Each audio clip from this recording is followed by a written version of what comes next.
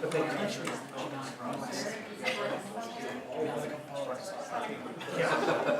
basically,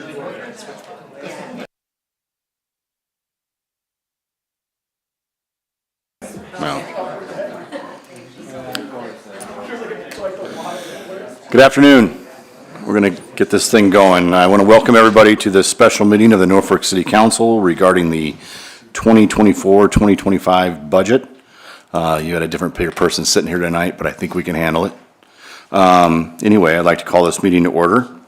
I'd also like to inform the public about the location of the Open Meeting Act posted in the council chambers and accessible to members of the public. And now I'd like to take a moment of silence, and then after that we'll do a pledge of allegiance.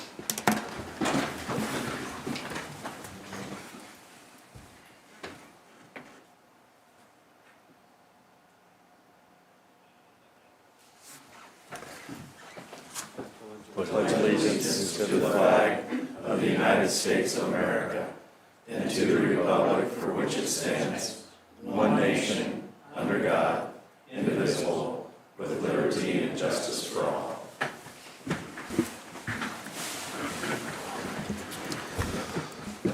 Roll call, please. Granquist. Here. Arns. Here. Webb. Here. McCarthy. Clausen. Here. Murin. Here. Snorton. Hildebrand. Here. All right. Need a motion to approve the consent agenda? Approve of consent of agenda. I'll make a motion to approve. second. All right, please vote.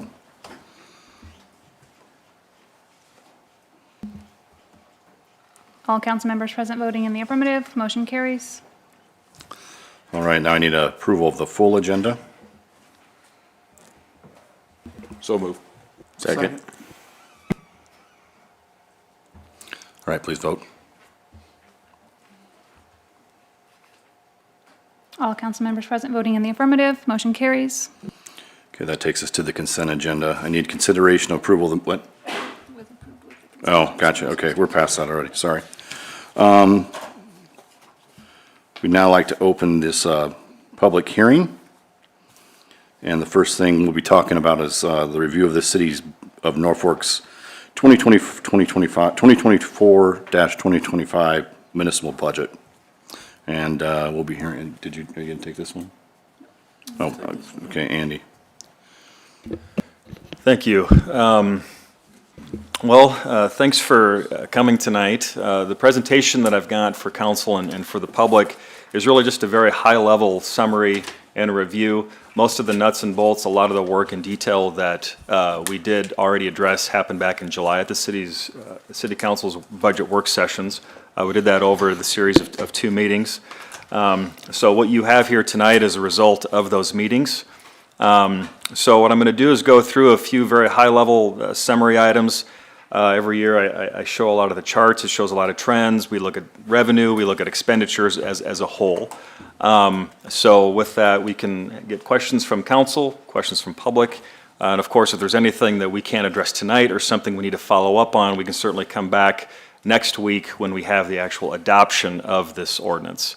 State law does require that we have to have a public hearing for the budget on a night separate from the actual adoption of the budget, which is the meeting that we have tonight. So again, next Monday at the council's regular meeting is when the budget will be adopted. Kylie is helping me run the presentation tonight, so Kylie, if you want to go ahead and go to slide 1. I'm going to run through a few of the highlights from the budget. So this current fiscal year, the 24-25 total budget increases about 4.2%, or $5.6 million in whole. And that's primarily due to debt issuance that we have for our utilities. The West Collector well at the water plant, the water tank that goes along with that, and also the plant improvements that we've got. We are also having debt issuance for improvements at the water pollution control plant, which is the grit facility, as well as some flood wall construction work that's taking place out there as well this coming year.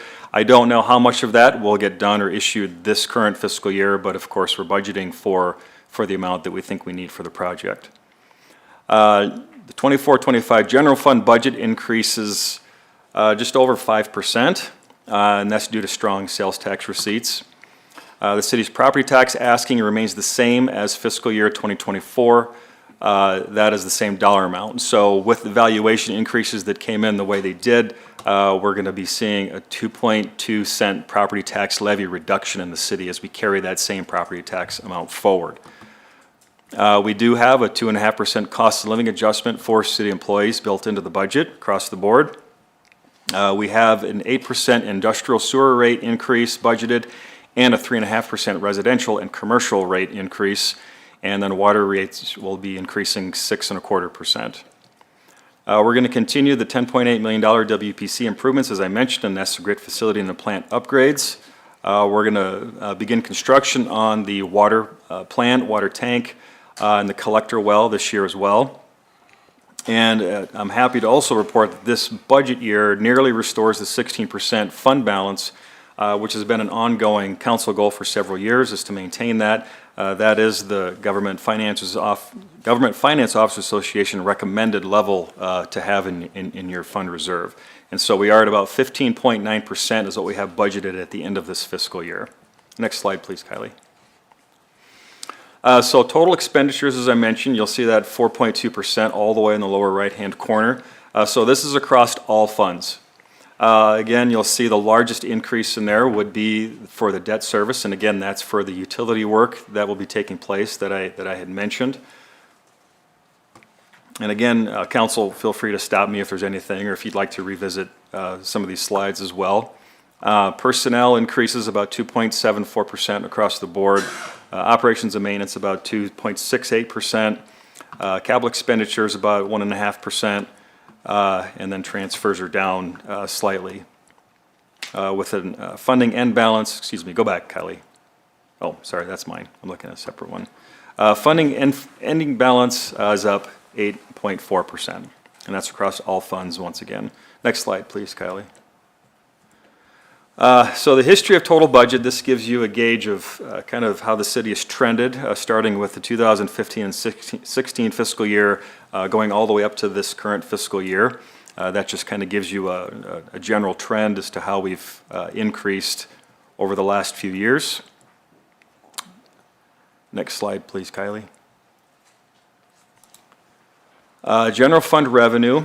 So this is a summary. On the right, you'll see a chart that breaks down each revenue item that we've got, but the chart really summarizes that. Just over 40% of our whole general fund revenue is from sales tax. We're estimating just over $12 million this coming fiscal year. Property tax, again, stays that same amount, $5,871,514. And the NPPD lease has stayed relatively flat, as you'll see on some subsequent charts that we've got.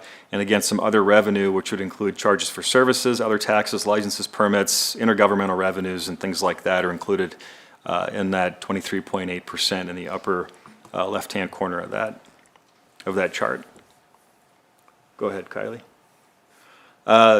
Sales tax.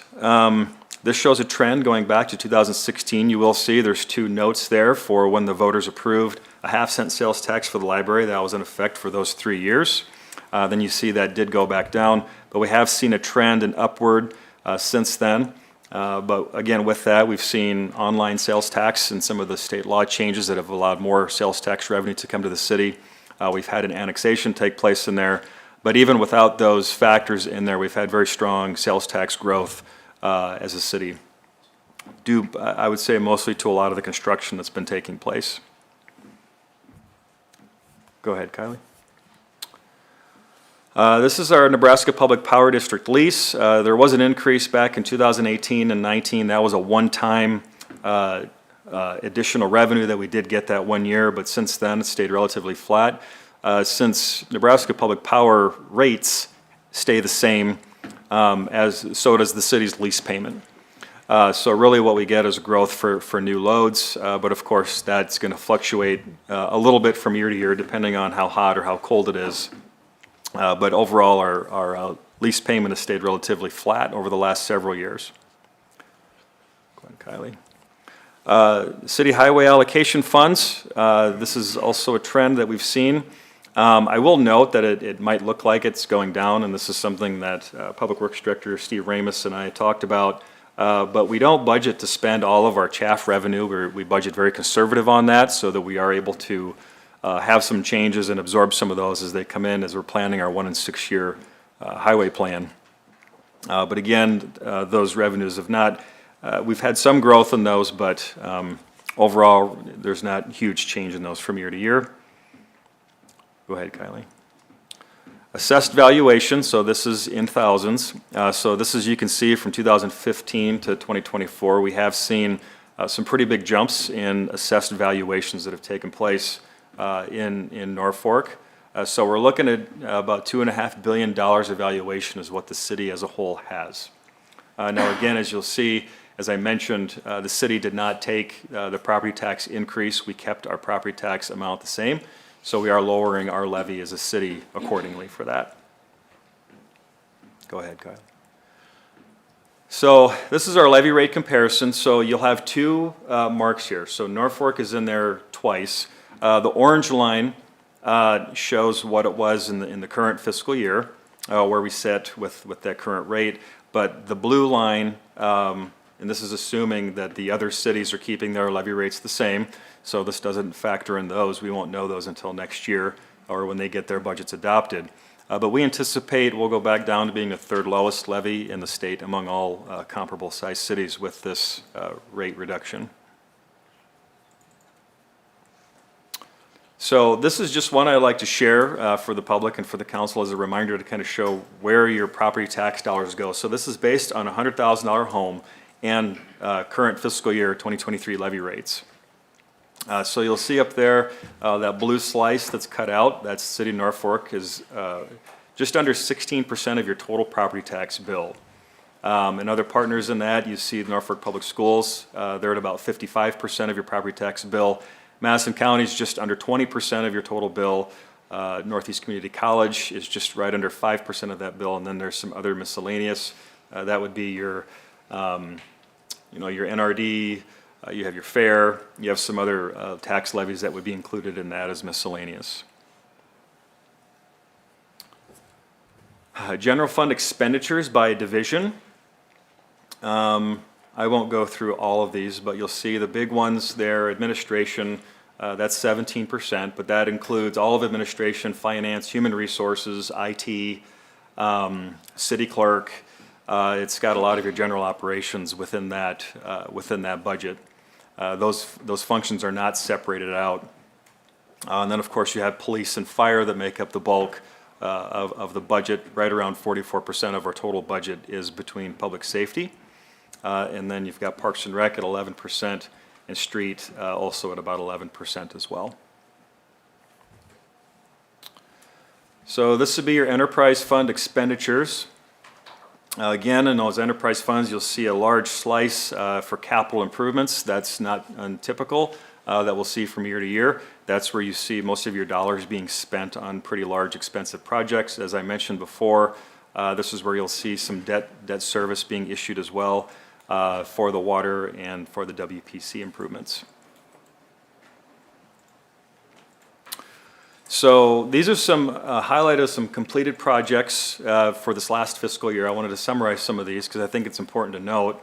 We did complete, and this could be a little bit more than this actually once this all closes out, but annual street maintenance contract work, that $1.2 million. Some of this might overlap into next year just due to the timing and how much work we're getting done, but we did budget that.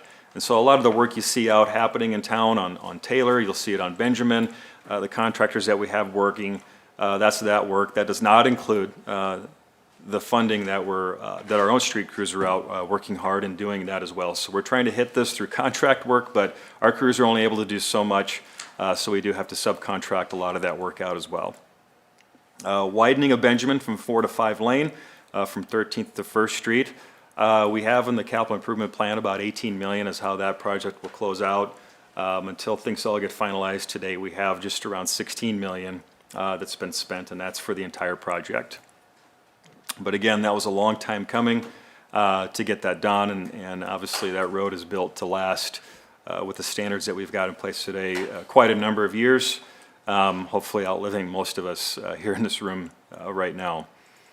with good maintenance. Again, Michigan Avenue, the same there. That's been a project that's been a long time coming. I remember here 5-6 years ago, that was a citizen's approach to the city council to ask when that project was going to get done. It had been delayed for a number of years, but I'm happy to say that project is complete now and came in just over $3 million. Replacing the sewer at 4th and Monroe to 2000 Logan, that's just over 1.2 million.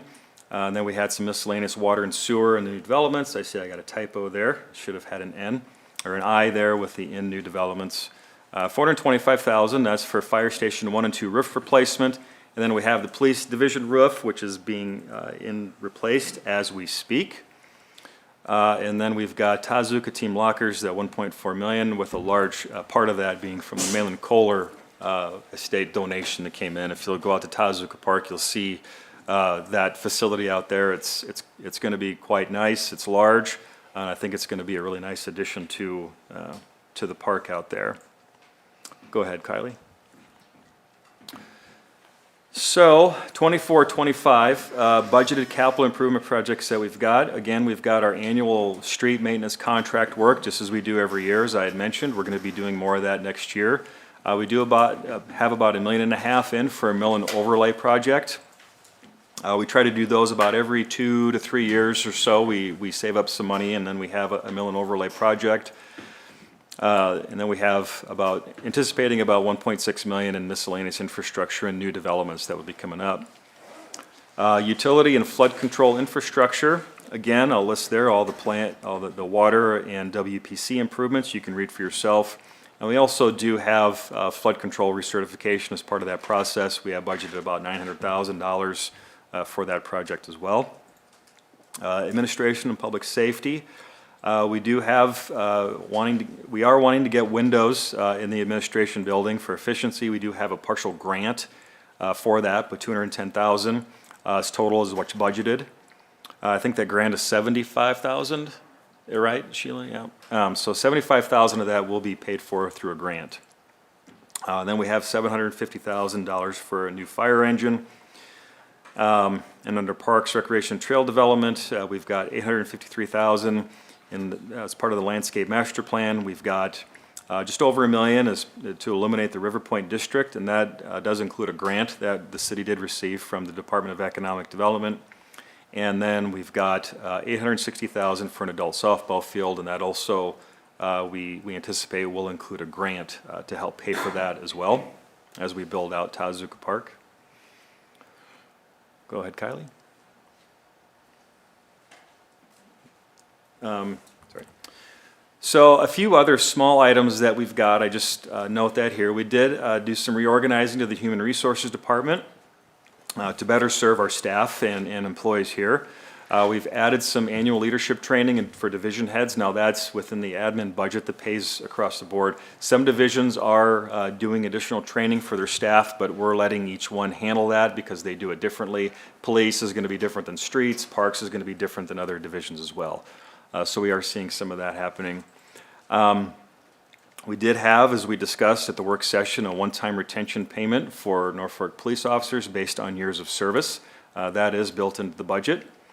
And we have an annual contribution of $50,000 to the Norfolk Senior Center funded through council priority. That did come up also at the budget work session, so I wanted to make sure we highlighted that for the council's background. We have funding in there for asset management, about $138,000. The street division will be getting a riding lawnmower. Parks and Recreation has a number of pieces of equipment, the three-wheel drag. I don't know what a drag is, Nate, but I think that is for our fields, correct? To help make sure our fields are improved well. We're getting a pickup, a wood chipper, which is going to help utilize some of our own trees and things that we trim so that we can then recapture that and not have to purchase that or have somebody else chip it for us. We can just do that, and that lifespan of that machine will last quite a while. We have some new swings at Nord Park and also then a slide at West Side Park. The library children's area will be getting some upgrades to some of the equipment that we have in that back corner. In the fire department, we've got a remodel in the bunk room for Station 1, 3 Jaws of Life tools for $35,000, And then we also annually budget to purchase about 3 patrol cars annually, and that is included in this budget as well. So here's the long-term financial plan. I wanted to include this just so we can kind of see the importance of fund balance. So as you see that ending fund balance in the blue, as that goes up, you do see your tax levy trend downward, and it try to helps keep that property tax amount in check. So again, this has got some assumptions of a sales tax increase on average of 4.5%, and then assessed valuations increasing at 5%. Of course, those numbers can vary from year to year, but we try to do our best as to making the best estimates that we can. So I wanted to touch on this. This was a question that did come up at the last budget work session, is our LB 840 property tax levy. Now, explaining what happened to that levy, as I know that we've had that question. So just for background, Norfolk voters approved a tax levy of $400,000. So it wasn't a levy amount, it was a dollar amount. So based on the city's valuation, that levy equivalency of that can change. But it is $400,000 per year, and that was to fund a local economic development program, and that went into effect in July of 2010. Most of those funds that the city did collect over those years was put towards bringing natural gas capacity to Norfolk. There's some other projects that this did go to, and Candace is here and she can provide that if members of the public or council would like to know a breakdown of those. The program ended in 2020, which would have been in the city's fiscal year 2019 and 2020 budget. The workshops for those were held in July of 2020, and at that time, $400,000 would have equated to approximately 1.3 cents of the city's total tax levy. So on the July 21st work session, the council did recommend to reduce the city's levy rate as the LB 840 program ended. However, on the July 28th, 2020 council work session, the topic was revisited, and that previous recommendation was they voted to allocate $225,000 of the flood control repairs, and then $175,000 to chaff. So that stayed within those projects since then. The flood control project was estimated to require a future levy increase. And so allocating those funds to the project was thought that would help reduce that future burden accordingly. And then, of course, that funding has also stayed in chaff since then. And so the city's budget hearing on September 8th did result in the council approving those amounts provided. Randy Gates did provide a very nice and detailed accounting of that $400,000 at that meeting. So anybody, those are all recorded on the city's website. You can go listen to that if there's any questions you might have, and we're happy to help answer those. So, in a nutshell, I think that's all I've got, and I'd be happy to take any questions. And again, we can go back. We have several department heads here tonight that can help answer if there's any deep dives we want to do or specific questions the council might have or members of the public. We'll try to do our best. And as I said before, if there is something that maybe needs more time or we're not able to answer tonight, we can certainly come back next Monday and answer those questions for you. Sure, I've got one. With that levy rate reduction of 2.5%, how much is that overall as a dollar amount?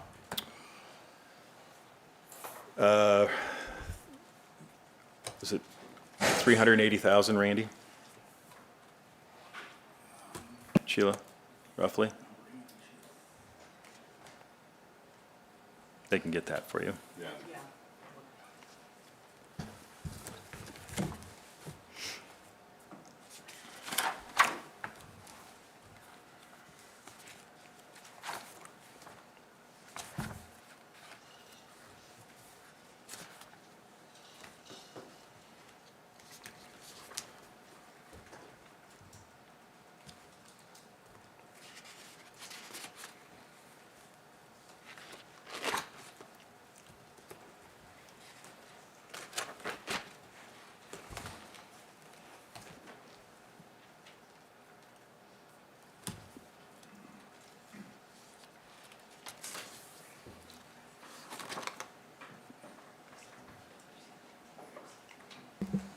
So when we were first putting the budget together, keeping the levy rate the same, we had, I guess with a 5% increase in assessed valuations, that would have resulted in $344,000 of property tax. Yeah, I think with the actual valuation coming in like it did, it'd be 563,000 approximately of property tax, because it came in at 8.11% versus 5% that we were estimating originally. So 563,000 is what you're projecting? Yes. Okay. That'd be based on that 8% valuation and not the previous 5% what we discussed in July. Right. Okay. And then the other one I have would be for Steve on chaff. You see the chaff revenue stream that is kind of showing a downward trend. Is that kind of a national deal, or what is the reasoning? Can I go back to that slide, Andy? Yeah.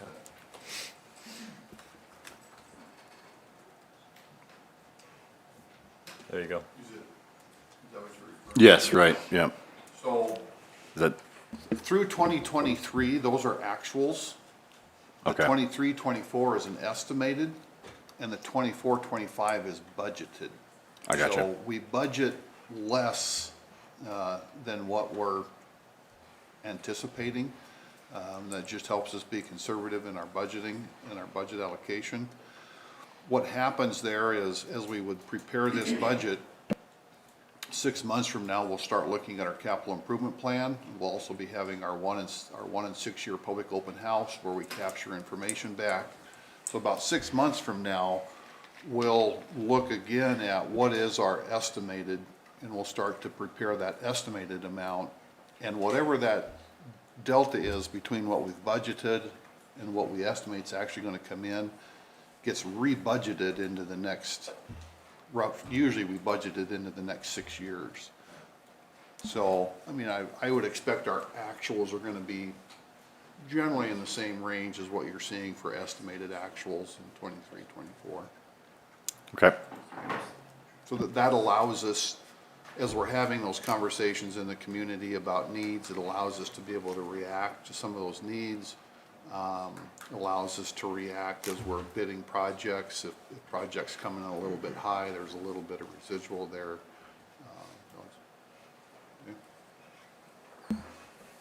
and then regarding the MPPD lease, has that lease agreement been taken care of, or is it still open-end right now? So our current lease agreement goes out till 2031, and so we have to give a 5-year notice if we want to get out of that agreement. I think right now, even the subcommittee that we had this afternoon talked about moving forward with and continue to work with MPP as they do an evaluation of our system. That was part of the agreement that we've got with them, and so we're working with them on that right now. But we have not brought forward an agreement to renew that at this time. Okay, I guess I got one more, that's all right. You talked about the fund balance and restoring the fund balance, essentially about how much was allocated toward the fund balance to get it to that 15.9% from the previous year? Is that a tough question for right now? I'll give you some time on that one. Yeah, I just wanted to get it out for the general public.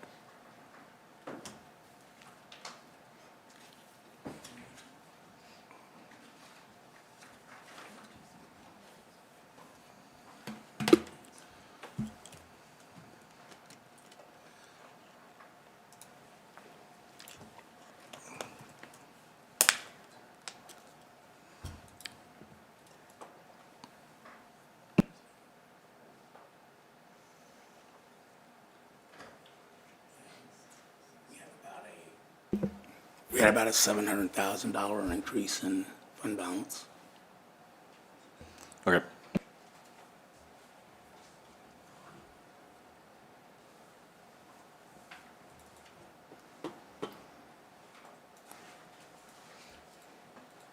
Any additional questions from the council? I will just say too, I want to give credit to Randy and his finance staff and all the division heads that put all the work into this budget. I certainly can't take credit for it, and I won't take credit for it because there's a lot of very talented people that we have on staff here that help put these together and try to give the public and the city council the best budgets that we can. We try to do that every single year. So I want to give kudos to all the staff and the team that helped put the budget together. Thanks, Andy. I'd welcome the public for questions now at this point in time. If anybody has any, you can come forward. Probably state your name before you start, so we don't have to interrupt you while you're talking.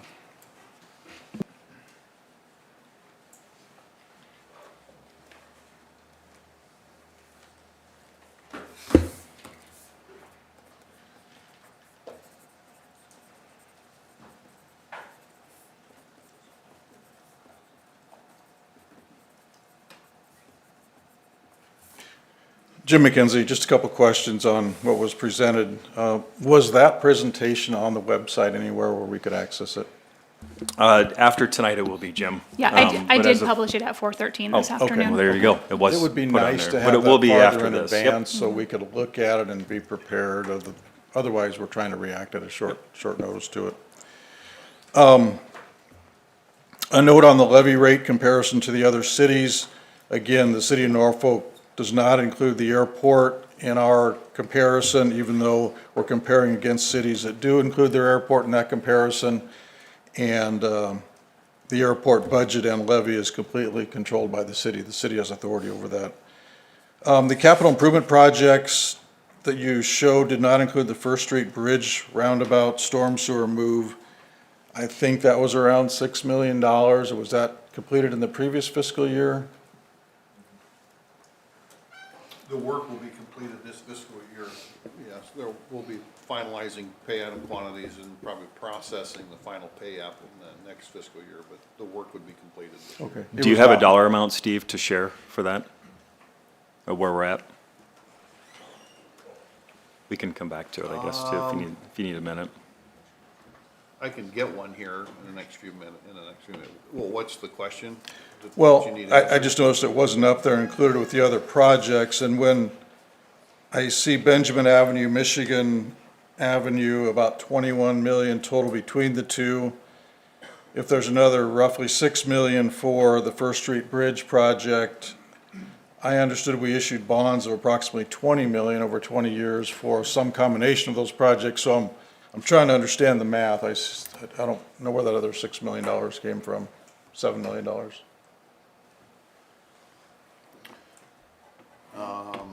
Well, let me Steve, pull- didn't you say the bridge was around 4 million just in the last meeting? I think like 4.4.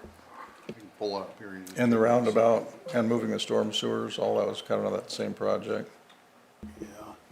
Yeah, The, Jim, you're correct on that, so we'll work to get some of those numbers okay. put out here. Those, I didn't really, since the project hasn't been wrapped up yet, we're still waiting on a lot of final change orders and closeouts and things like that that are wrapping up. So I did not really feel comfortable right now putting that on here, but we can give you the best that we can.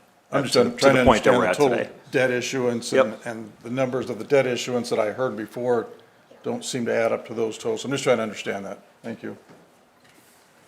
I mean, the bridge, the First Street Bridge was just under 4.4, $4,388,692.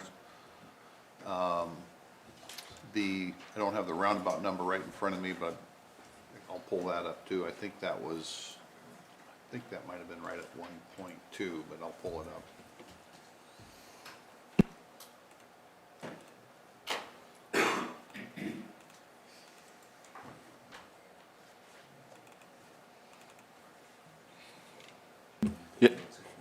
Yeah, while Steve is working on that, are there any more questions that we can, to ask here right now?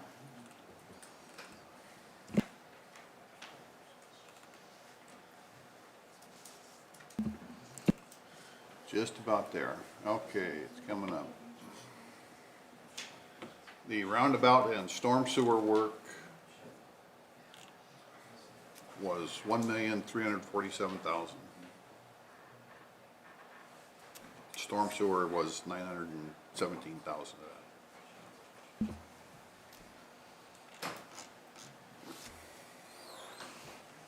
All right, I guess the bulk of this public hearing, with nobody having anything else to say, I guess I think the big takeaway would be the 2.5 levy reduction, which keeps the levy at the base levy from last year, which according to Randy will be around $563,000 reduction. And then with that being said, I'd like to close this public hearing, and we will move on to item number 9 and open a public hearing to review the City of Norfolk's fiscal year 2025, 2020, or 2024, 2025 proprietary budget for water, sewer, solid waste, and stormwater. So turn that over to Randy, or who's taking that one? Well, I think we usually just consider these unless Randy has something he'd like to add, and Sheila. But we kind of try to wrap up all the projects into one unless Randy's got something here. No, I don't have anything to add. You're correct. Your discussion for this hearing included both the non-proprietary budget and the proprietary function budgets. So that's basically already been done. Any other questions on that portion of the budget? All right, seeing none, we will close that public hearing and open the public hearing to receive comments regarding change into tax requests for the 2024, 2025 fiscal year from the amounts of the 2023, 2024 fiscal year. Open that up for discussion. This is a requirement of statutes, and we had general fund and debt service fund property tax remain the same, as Andy noted in his presentation. The vehicle parking district had an increase of, I'll find that here in just a second.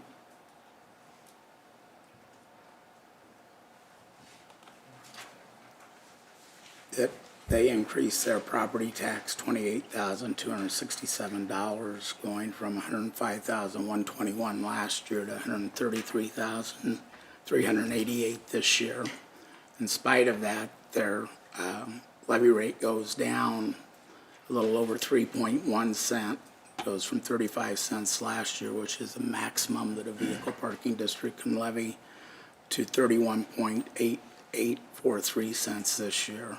That's because of a 39.29% increase in their assessed valuation. Their assessed valuation increased $11.8 million this year.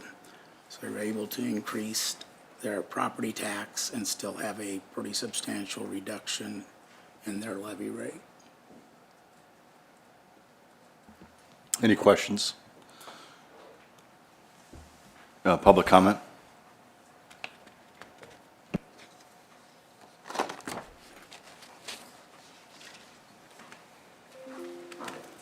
Jim McKenzie, again, just an overview of some comments on the budget.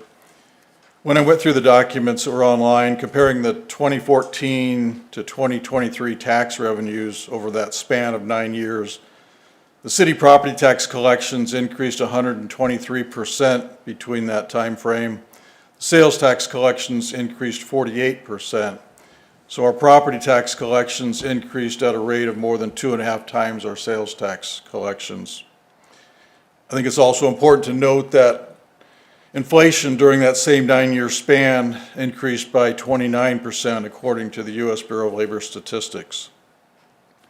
The chart on history of debt shows the budgeted total debt for the 24-25 fiscal year of approximately $64 million. The 2020-2021 fiscal year, it was $22 million, so debt will have almost tripled in 4 years.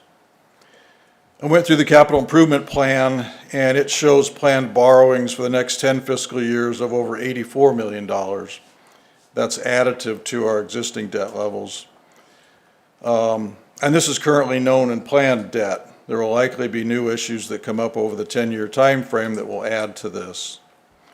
The city has always regularly invested in our infrastructure, and we must continue to do so.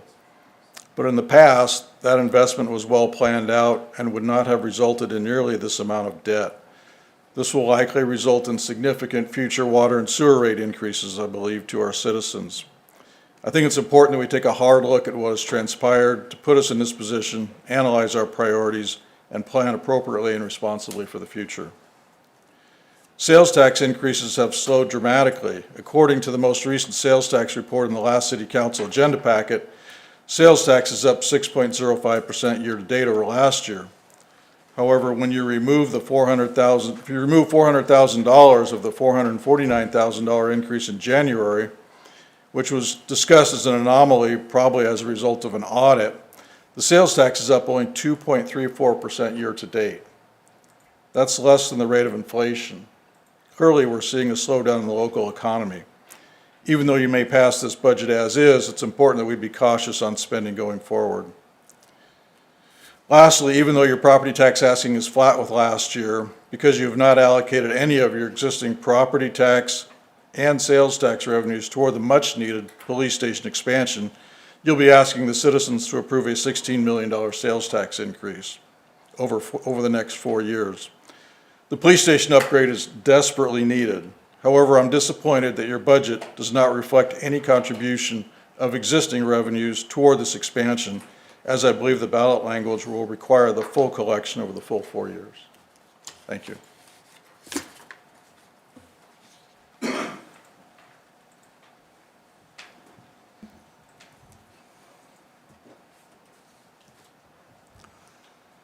Any additional comments?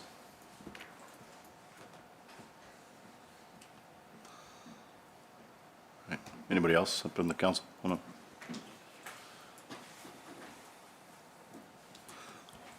I see hearing none. We'd close this public hearing. Move to adjourn. Yes, move to adjourn.